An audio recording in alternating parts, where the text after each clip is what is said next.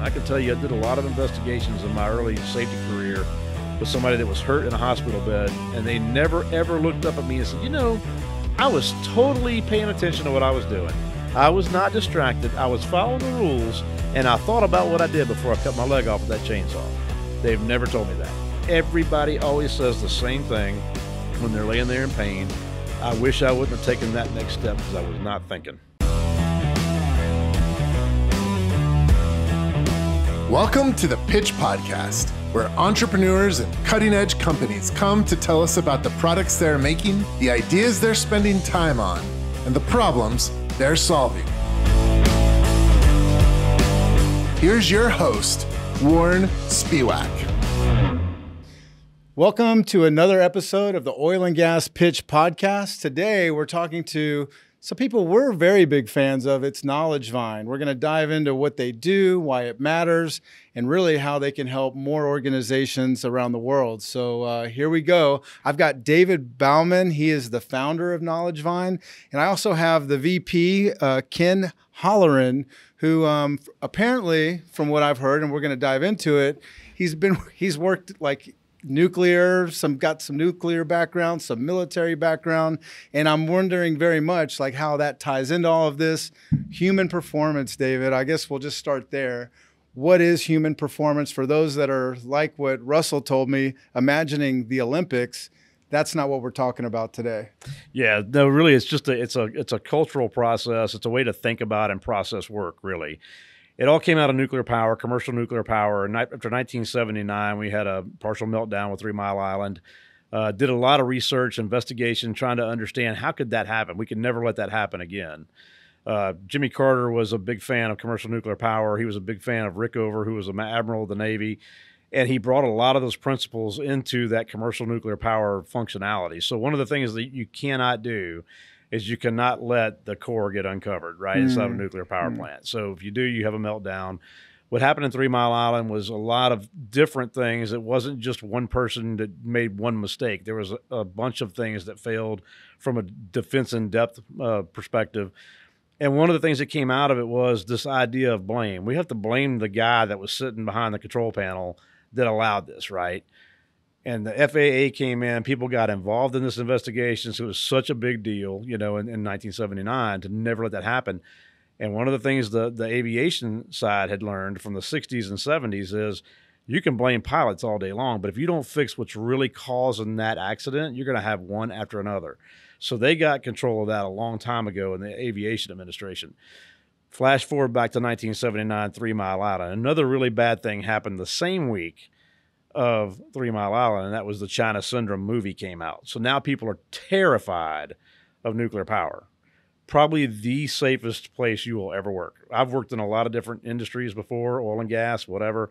I ended up in nuclear power myself, and I felt like that is probably the safest place I've ever worked. There is no single point vulnerability in a nuclear power plant. You have to rely on your teammates. You have to rely on your training.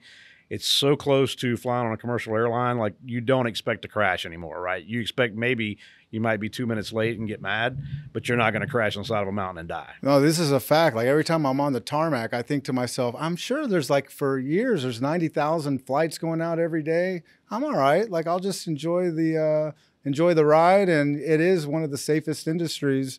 And that was kind of an interesting parallel that you painted for me while we kind of initially talked about the episode. Now, Ken, before I get to you, I know I was giving you, for people going like, what the hell is Warren talking about, which is quite common. David, I do want to like have you do an introduction for him because there are some interesting things. Him being in the Navy, him working on submarines right next to nuclear bombs, I'm guessing. You tell me. But let's get into his background. And then I think that will just solidify everything we're about to get into and how these organizations, the listener who's at the helm of the ship, could literally leverage this Knowledge Vine solution for quite a few things.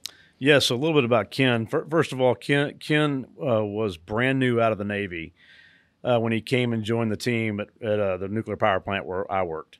I was a senior nuclear equipment operator. Part of my job was to train Ken to learn how to become an operator in the plant, the actual application of what we do and how we do it.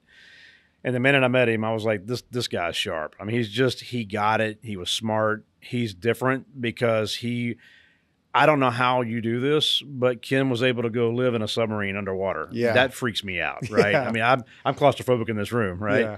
But to be able to do that, you flip a different switch, right? Sure. And to be able to serve his country the way he did, and to be as passionate as he is about doing it right the first time, we just hit it right off. I mean, Ken spent a lot of time at our house with our family. You know, my kids grew up around Ken. He was just part of our family kind of thing.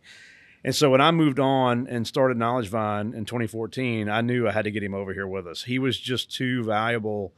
He knows the entire story of human performance. And when I say that, there's multiple facets to what we do. It's not just teach you tools and traps and hope you got it, good luck. It's, corrective actions to prevent recurrence. It's all these different components of how it works. He already knew that. I don't have to teach him anything. I don't have to teach him work ethic. I don't have to teach him human performance. He knows all that. So he was a perfect fit for our young company to come in. And then to top it all off, he's a very quick study and he can learn things very fast. So he figured out how to take non-software data and create basic software out of those off-the-shelf data streams to even get us the building blocks to have the software we have today. So he was an absolute must-have, and he will be taking my place when I retire. Wow, that's incredible. And Ken, welcome to the show, huh? That's a nice, That's big shoes to fill. I don't even know if I fill those shoes. Man, I want to take David with me. Maybe he can say something good about me. Like, my hero was Pee Wee Herman, when I was in 1986. So it's going to be tough for you. Yeah. But in all seriousness, it is pretty neat to think about the idea that, and by the way, thank you for your service. That's an incredible thing to do for our country.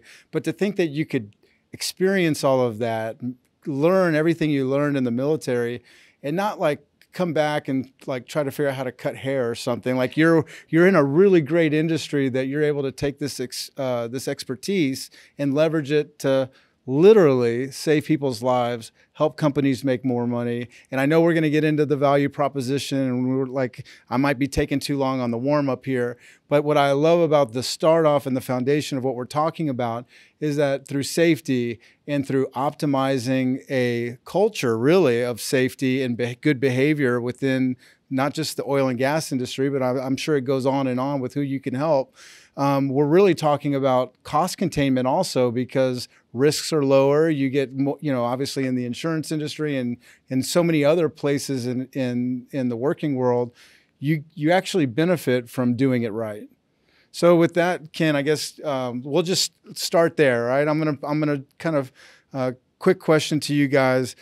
Yeah, we joked around about human performance, and we're really talking safety here. What are some misconceptions that when you go in and you're meeting a client for the first time, or you actually are trying to do a value proposition, what are the misconceptions that you feel like you're constantly in the field overcoming?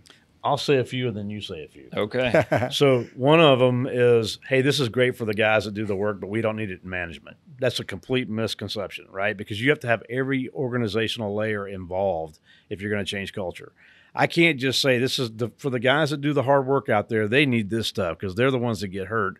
It's not about that. It's really about organizational alignment. It's about understanding the processes and the standards that you have and setting expectations clearly. I can tell you right now, and I say this all the time, there's two places I've been in my life where I thought I would change their culture, and I didn't.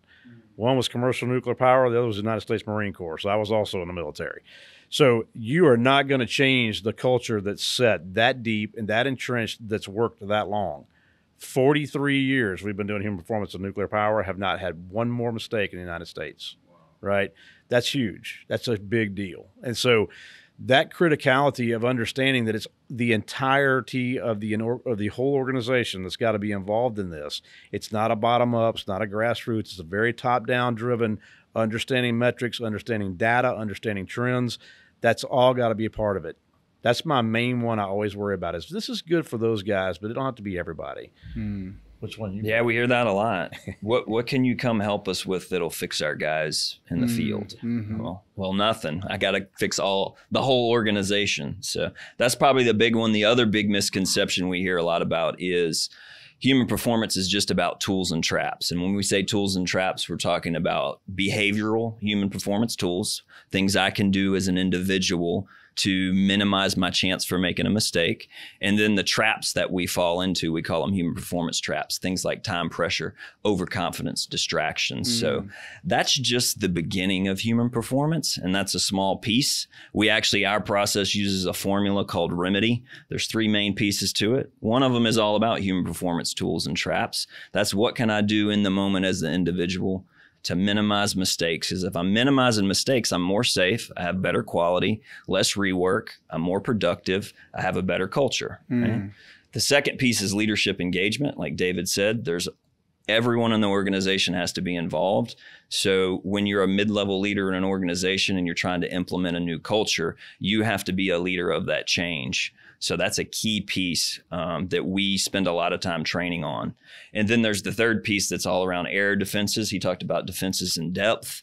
It's building your organizational resilience to set your people up for success. So the people have a part, the leadership has a part, the executives in the organization have a piece to make it all successful. You can't do it with just one piece. You got to have all of it. Yeah, so this is great. So kicking it off, like to where rubber meets the road.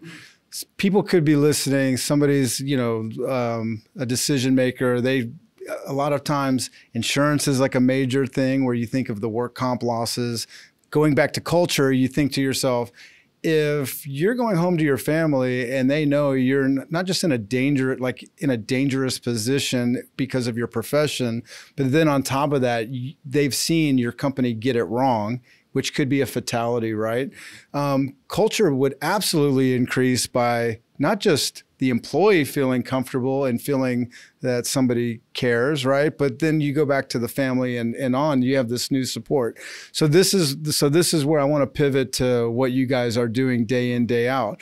So sometimes our bias is to think, well, maybe our employees won't listen to us. Like this idea of behavior, like what does that look like?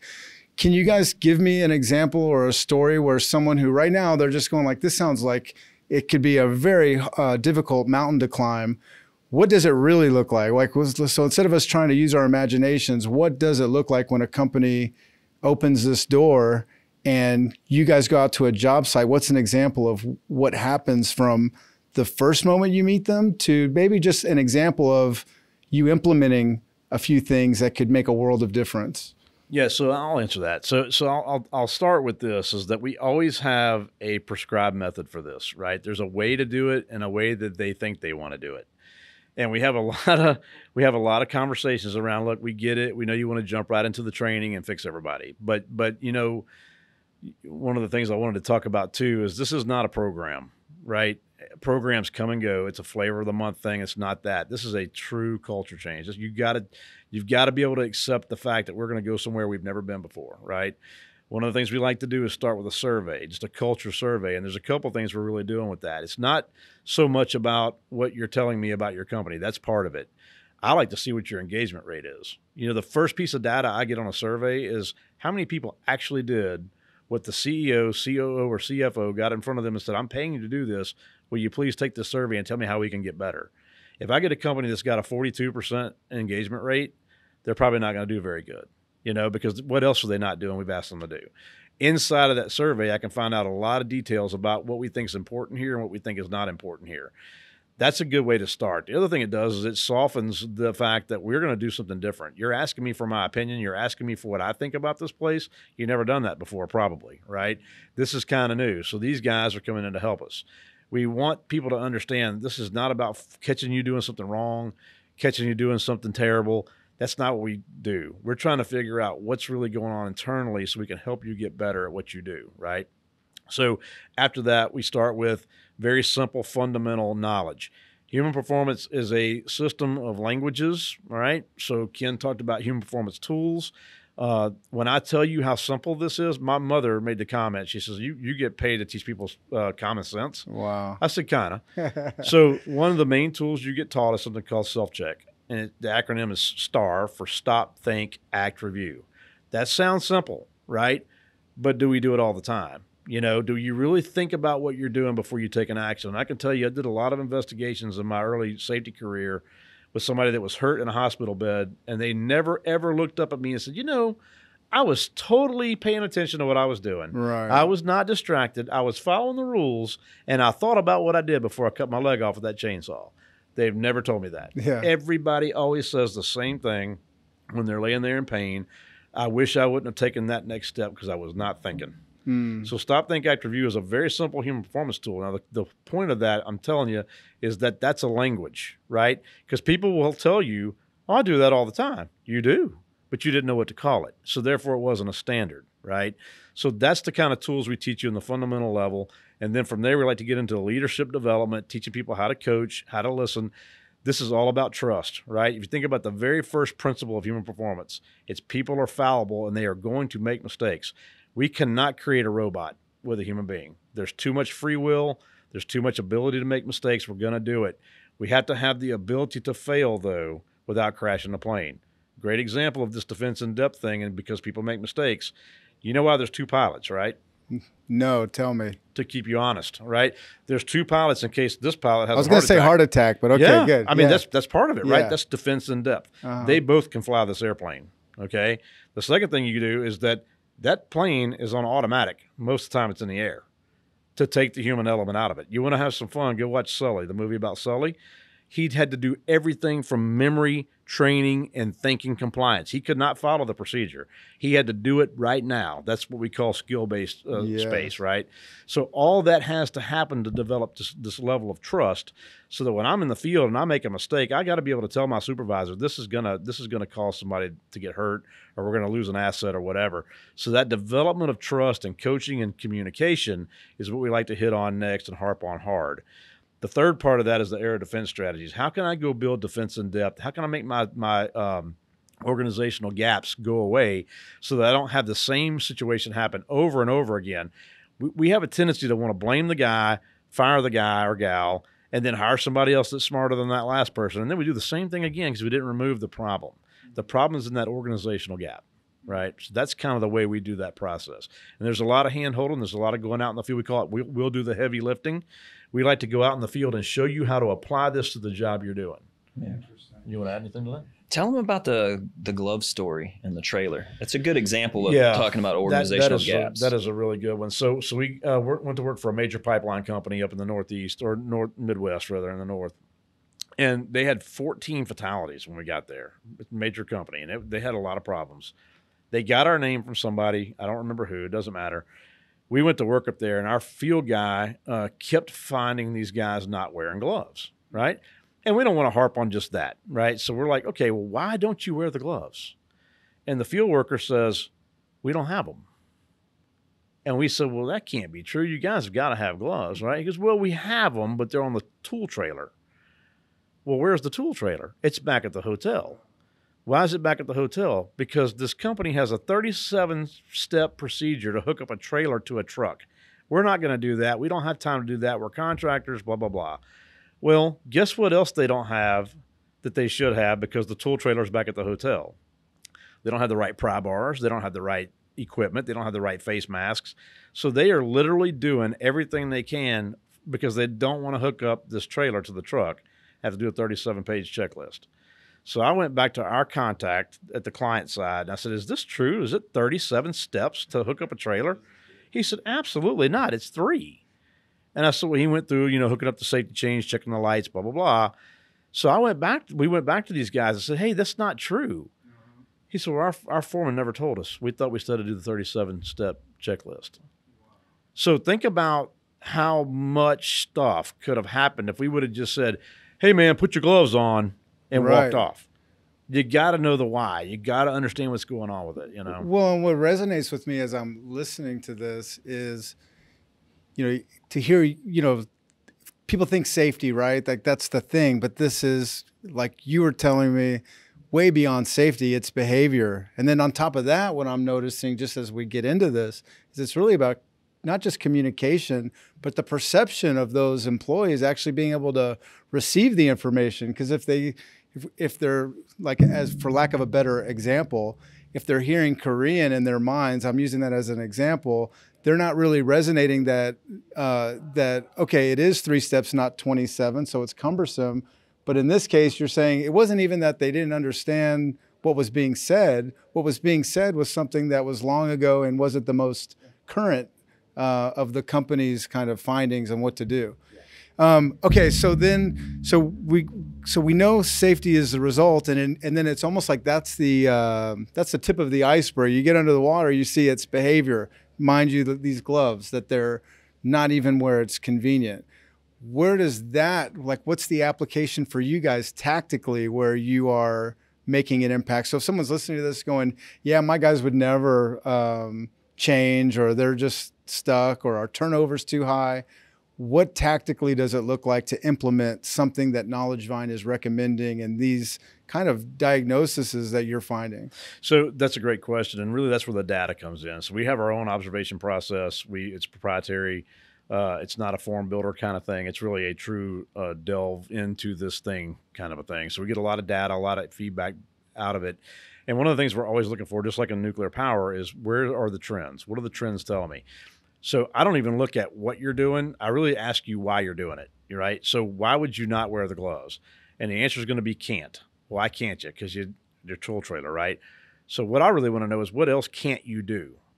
What else are you not able to do? That can't is a trim word for us, right? Or I forgot, or it's not important to me, or my boss doesn't care, whatever, right? We're trying to find out the why so we can start trending that. And what else can't you do or do you not care about? That's what we got to go fix. We used to call that an extent of condition inside of nuclear power. Where else do we have these issues? We want to fix that issue, not just the glove issue, right? Because there's so many things going on between I can't do this because I don't have the right information anymore. Think about how many misses we have and how many shots on goal and how many potential lives we're going to lose, or assets we're going to tear up, or lose the loss of productivity and money. Let's just be honest. This is about all of that. It's about not wasting money and doing crazy things because of human error. We've got to fix that, right? So that's what our mission is, to do that. You want to add to that? No, I just wanted to say that I think the example you used with the gloves and leading right into the why is a good way to think about what human performance is all about, because if we don't find the why, we can't really fix the issue. So when we're teaching the leadership class, to speak to your question on how do I implement this in my company when I think my guys won't do it, or I have a high turnover rate, is the first step is building that culture so that you can start to lower your turnover rate and you can start to get on the same side of the table and get your employees on your team, I'll call it. But building in that culture of, hey, it's okay to bring up issues. And when we bring up issues, if we really resolve the problem, that builds trust with the employees. Instead of just saying, hey, put your gloves on, David, and moving about your day. Now I'm fixing a problem for you as a leader, a coach, an executive. And then I'm also fixing that in the future so that I don't have incidents. I'm being proactive instead of reactive. Right. If you don't find out why things are happening in your organization, simply put, you're wasting your time trending data on. I don't care if David doesn't care if I come to him and say, hey, you had 10 PPE issues last week. Right. From a human performance perspective, who cares about that? That doesn't matter. The why each one of those things happened is what is important, so that organizationally we can fix the problem. Because it's not all about the employee. It's about the employee and the organization. Sure. And there's a huge benefit. Like, so because my background is very much insurance, commercially, I've seen claims that are because valve companies are doing things that if they have a snafu, you have a significant consequence, right? But then on top of that, in the insurance world, and I don't mean to harp on it, but I want to get into this because I feel like it warrants this, is that if that valve company, yeah, they might have an insurance risk out in the field because of the valve, but when you go to their facility and you see the working conditions and you notice things, there might be some people that go like, oh, I have Texas Mutual or whatever their insurance company is, and think that, oh, when they come and do a safety inspection, that's that. But I want to really key in on this, which is in the world of workers' compensation, what we know is if you have a sign company and you have a fatality, that modifier, meaning what you're taking that rate and multiplying it against, is going up. And then when you have the second accident, it's going up again. And suddenly you don't know, are you just in business to pay for insurance premiums? I only know that from my own personal experience of how that relates. What am I not thinking of? What are some of the consequences that a listener could be hearing and they're going, I didn't know that this was an avenue. Like I just thought that it's really just working with a risk assessment from an insurance carrier to figure out how to take care of people. That is such a misconception too, isn't it? It is. And it's funny you mentioned insurance. I'm going to get into that a little bit deeper, but I'll start with this. A few years ago, we worked for a construction company, and their claims were like, they were like 77 to 78 claims a year, workers' comp. We came in and opened up clear communications from management, leadership, executives. We got the, all their values put back out on the wall. All that was hidden. It was all gone. So there was no sense of this is our mission here, right? It was just go get it done. Go get it done. So we opened up those chain of communication again, got the leaders engaged, started going out in the field, doing this coaching, training them on human performance. They went from 78 to 22 in the first year. And the insurance company that they were using called us and said, what is this thing that you're doing with this company? And they had never heard of human performance. And really, most people haven't. It's starting to become kind of a new, I think, buzzy word, human and organizational performance, that kind of thing. But the insurance companies get it. And I'll say this, they actually bought us. An insurance company bought us, and we're glad to be partners with them because, they insure against risk. We mitigate risk. It's a match made in heaven, right? I think what's going to happen in the years to come is this insurance business, and my new boss made a great comment. He said, you have to be insurable. If you're not insurable, you're going out of business, right? He said that at our conference, and we have a conference every year, one coming up in April in New Orleans. He got up and made the comment about, recapitalizing Knowledge Vine, buying us as part of their company. And I thought that comment was really, really interesting, right? So think about this. Let's talk about insurance brokerage and carriers and those relationships and all that stuff. And I'm not an insurance expert. I can tell you that. I am an expert at what we do. But I see the fit, and let's just say you're working with a carrier that finds out about what Knowledge Vine does. That carrier I'm hedging your bet, right? Insurance is there to provide coverage for you in case something happens, something catastrophic. We don't want that to happen. And the insurance companies don't want to have to pay that. I'm sure they don't, right? So do something to mitigate that one thing that we keep talking about but do nothing about, and that's human error. Human error and organizational gaps are $50 billion. I heard the other day, $1.3 trillion a year now because of all the data breaches and all these different things that are going on. And it's all human error. You do a Google feed on your news system and just put in human error in the news. It will astonish you how many trains crash, how many dump trucks fall over, how many people get smashed at work between a forklift and the boxes. It's just one thing after another.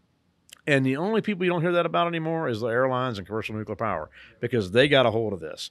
That insurance carrier is going to learn this. They're going to say, we need to be doing this. It's a hedge of the bet. I think that's why we got recapitalized by a major broker.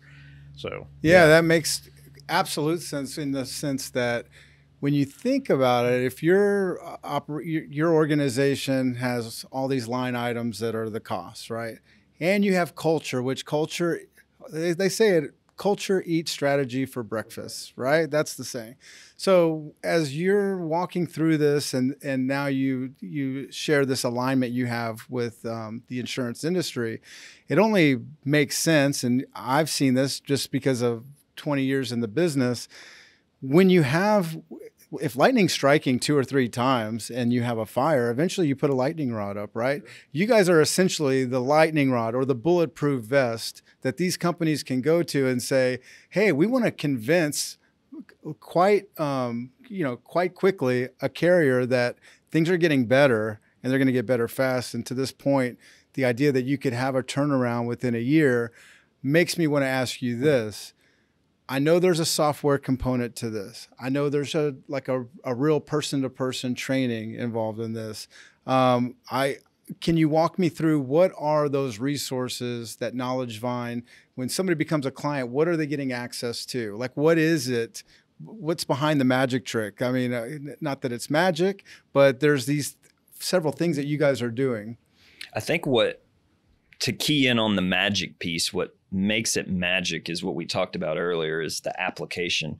We did this for years. I did it when I was on a submarine. I just didn't know it was called human performance. You know, all the behaviors and techniques and the defense in depth and the leadership and coaching and high standards and all those things in culture was there. So because the whole leadership team that helped build Knowledge Vine did it in a practical application and then became leaders that led teams that had to use human performance, it kind of sets us apart from everybody to be able to help folks with application. But to kind of circle back to the process of how it works, you know, it's a full suite of offerings that we have. You know, originally we started out just teaching in the classroom, and we were taking what we learned in our careers and turn it into a 2-day class that sat down with leaders and taught them everything we knew. And we figured out pretty quickly it was kind of information overload, and we needed to translate that knowledge into, what do I do on Monday morning with this stuff? It sounds great in here, but I'm in the field now with my crew. What the heck do I do? And if I can just parse in just for a second on that, you know, the other thing too is we were big on dynamic learning activities. What are some things we can do to make an example of this for you in this learning environment? It is so hard to convince somebody that playing Battleship is the way to learn human performance. But I'll tell you what does work, and that's going out there where the work's getting done and teaching people how to apply it right now in real time to the thing they're about to do. You know, it's such a better method to do it that way, you know, in a real work environment where it makes it real instead of a trust fall exercise or let's build a Lego helicopter together. I mean, that stuff's all great, but that's, you know, it doesn't work in this space for us. But you want to continue with the product? I'm sorry. Yeah. So big picture, we went from classroom only to going in the field and helping apply the stuff. And then we started to learn as we worked with our clients. That's one of our keys to success is we've been adapting year after year to what we learn from our clients because we're a learning organization. So we started to incorporate other pieces. Our clients fed back to us. It's hard to take everybody out of the field, the entire staff, leaders and employees. It's expensive to get them in a classroom.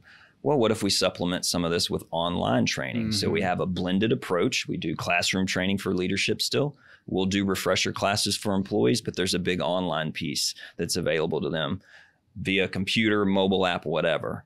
We added in the culture survey at some point because we wanted to understand what do the people in the field think about their own company. So that gave us some insights to build a burning platform to get started.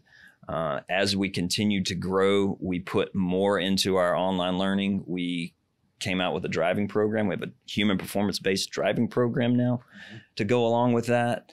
And then we got into the software piece. So as we were in the field doing all this coaching initially and teaching people how to apply it, we figured out there's some data we need to start collecting, and we got to stop writing manual reports. I was actually the report guy. So I got tired of writing all the manual reports. I was like, hey, everybody, feed me all of your stuff and I'm going to turn it into something. So that kind of progressed into some off-the-shelf products that we started having our field people use, filling out forms so that we could start to analyze data and build dashboards. And it kind of went deeper and deeper. And we said one day, let's build our own learning management system that works the way we want it to work. So we started there and built that. Then we built our own observation system, custom off the shelf, because all the products out there are mostly form builders and don't do what we want to do. So we took it to that step. So all of our clients have access to all those different technologies, from in the field, face-to-face, shoulder-to-shoulder. We'll teach executive training. We'll teach leadership training in a classroom. And then you can do everything and interact with us online only if you want to. And we do know it's hard to learn things, you know, once and done. So we did create a complete cadre of sustainability too. So for 14, 15 months, you get micro learnings that you can, and look, this isn't the old 1995 CBT, bloodborne pathogens, stab myself in the eye, I don't want to watch it. This is pretty entertaining, and it's well done. Ken's got a complete development team in-house, so we build our own software, we build our own training. It's all very professionally done. It's in SCORM compliant wrappers, and we can do it any way you want to do it. But we wanted to build something that was useful, because our key on this thing is an application piece. If you can't apply it, then we've done nothing for you. There's no return on investment on a promise, right? You need something actionable that you can do today that's going to make a difference tomorrow. That's what we want to deliver. So what's really neat as we dive into this is it's obvious to me. So even someone listening, their bias could have started out as going, oh, okay, this is like someone's going to do an inspection and then there's going to be training. Boom. But it's not that. You guys have evolved and evolved and evolved. And now it's at a point where you have these like several layers of the way to get things done and make these improvements. Normally in an episode, I usually like about halfway through, 2/3 where I'm at now, I normally get into like the process of buying and the costs and like things like that. But today I want to do something different because when I was thinking of the word cost, and as you guys are sharing this, insurance isn't even like the fairest thing to talk about. If you're someone who has significant losses, your reputation potentially could be a cost. I would imagine that if you're doing like city jobs or doing stuff with municipalities or the government, is that a factor? Do you find your clients going like, hey, this could cost me an opportunity? Oh yeah, absolutely. There's a lot of things that go into this. I'll tell you one that I never thought we would see really happen, but turnover rate. I was surprised. We saw a company that had an 86% turnover rate. And by doing this and showing that they cared and having the coaches go out and give positive reinforcement for the things they saw that were being done right and listening to them, it dropped to 31%. And this is a construction company. You just don't see that, right? There's just so many things this does that you can't even put your finger on it. Well, how did that happen? But it really is about that communication piece. But yeah, this can cost you if you don't have a handle around just catastrophic failure because of human error, you are going to go out of business. And there could be equipment costs too. Oh my gosh, all the time. Sure. So something also, like now my head's spinning with like all these things where I see where the impact is real and optimization is key, is going back to the idea of a valve company. If you have an explosion and you're the valve that supposedly exploded, what is interesting is if it was human error, like there was, number one, a truck that wasn't supposed to be where it was, that had a person in it that wasn't supposed to be there. Like now, what could have just been a loss of a valve and maybe a bad day is a bad eternity for somebody. Oh, yeah. And so something that is interesting too about this is, while oil and gas is what we live and breathe here at the network, if you're in manufacturing and you've got product liability and you've got these, a team of people that work for you, it's socially irresponsible not to be looking at what your losses are, not just monetarily, but what is going on deeper at a cultural level for the people that work for you. Yeah, that's great. That's a great point. I was in the oil and gas business for 10 years before I went into nuclear power.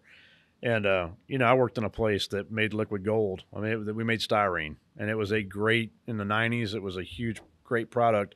And we had something that everybody came to see. They wanted to understand our culture in this place.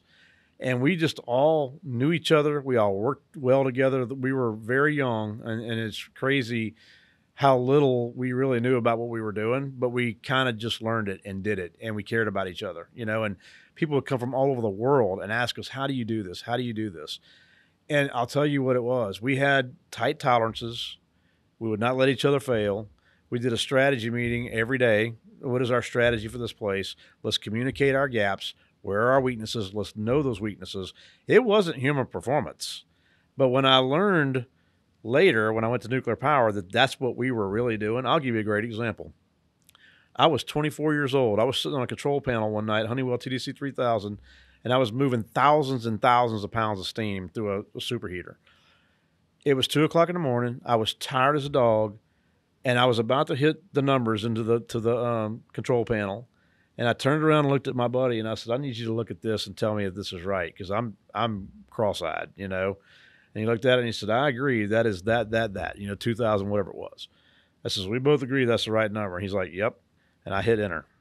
When I got to nuclear power, I realized that's called peer checking, and that's exactly what you do. Wow. You go ask Ken Hallaran, who's a peer check of mine, "Ken, do you agree this is the valve we're on?" And he says, "Yep, that's the one." And we both agree to that. We both self-check, we peer check, we use a questioning attitude, and then we open that valve. Interesting. We were doing that as young kids at that styrene plant because we were trying to survive. We wanted to make sure we didn't screw up, But when you learn that that's what you've been doing and this is what it's called, that's why it's not a program, man. It's a process. It's a culture. It's a way you do it, and it becomes ingrained in you. If you listen to us drive down the street, like if Dave Sowers is in my truck or I'm in Ken's car, this is how we talk, and you're going to think I'm crazy. We're going to take a right on First Street. Ken says, "That's correct. We're taking a right on First Street." I say, that's right. So we use 3-part communication so we don't mess up. It's not a big deal to make the block, right? Yeah.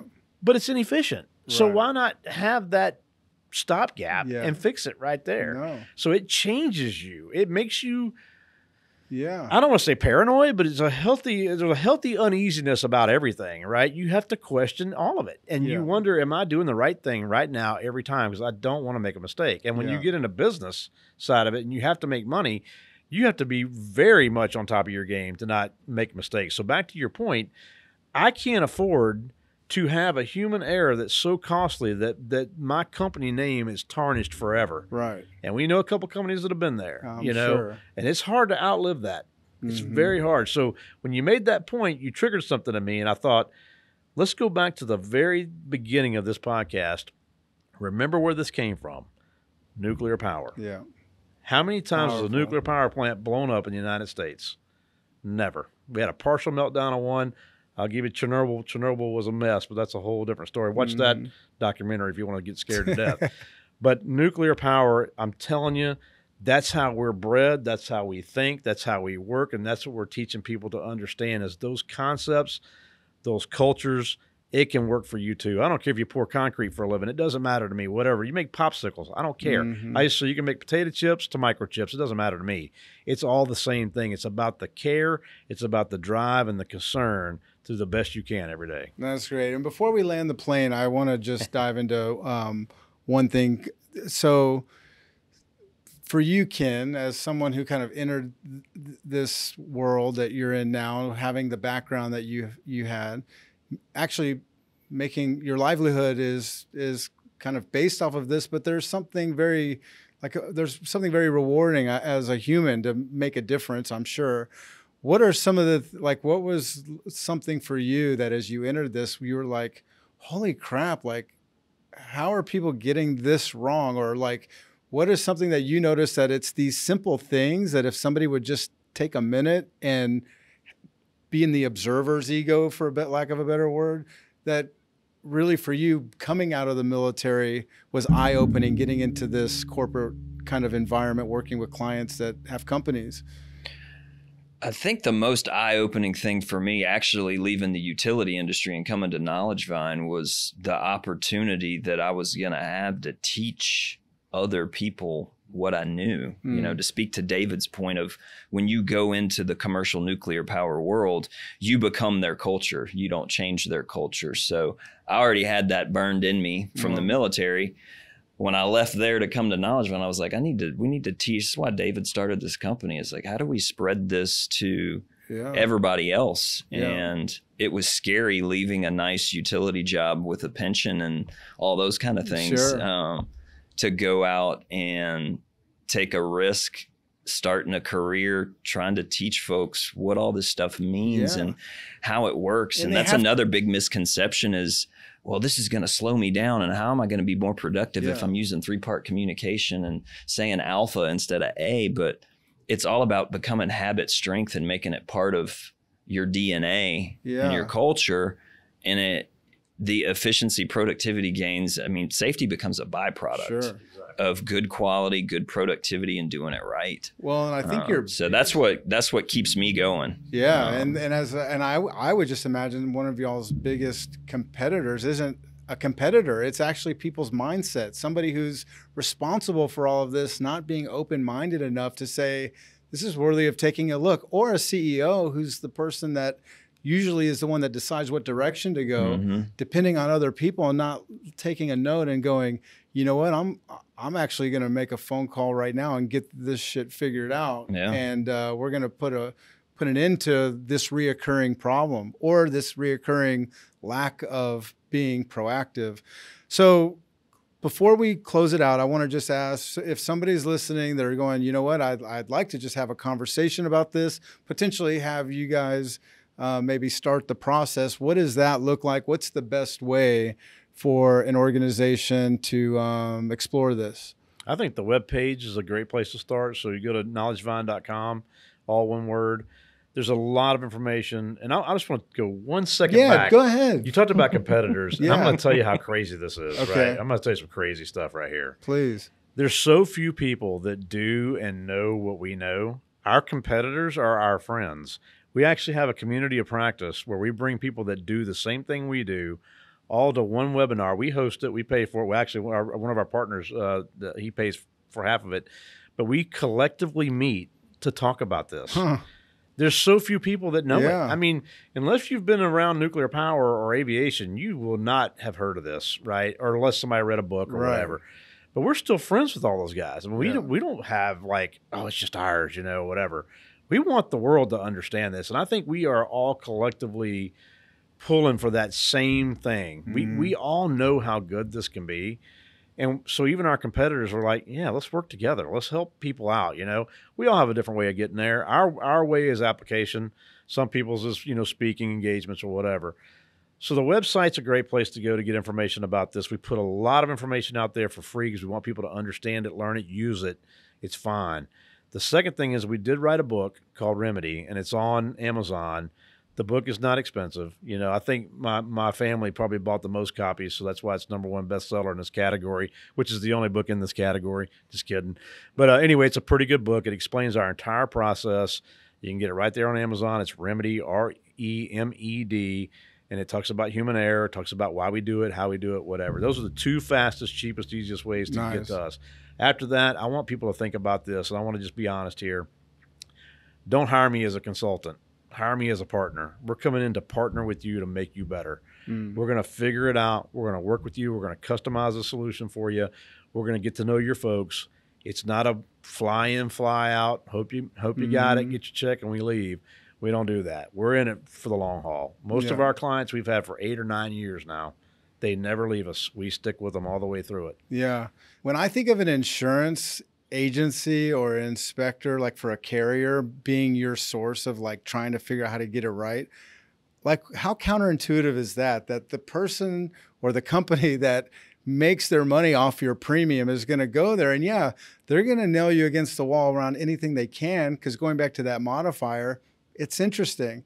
But when you have like a trusted partner, somebody who does this and did it at the nuclear level, I feel like it's pretty obvious to anybody who's paying attention here is that you have somebody who's on your team. Like you have someone who's going to tell you how to do it, and you could work in your business doing what you're supposed to be doing versus chasing your tail and watching these expenses go up and up or potentially be disqualified from opportunities. Thank you guys. Knowledge Vine. Appreciate it. Man, I cannot tell y'all how many great things Russell told me. I mean, Russell was like, you got to talk to him. You got to bring him on. And I'm so glad he did. Congratulations on your partnership with that brokerage. I'll put everything we talked about in the show notes. I'll put the book in the show notes. Great. And we have a happy hour tonight. I hope you guys are coming. Oil and Gas Global Network. If you go to our website, check it out. Our latest events are there. And if you haven't checked out Russell's podcast, you definitely want to. It's really a great show. And I'll have that in the links as well. So thank you guys. And thanks for making time today. Appreciate it. Take care. Enjoyed it.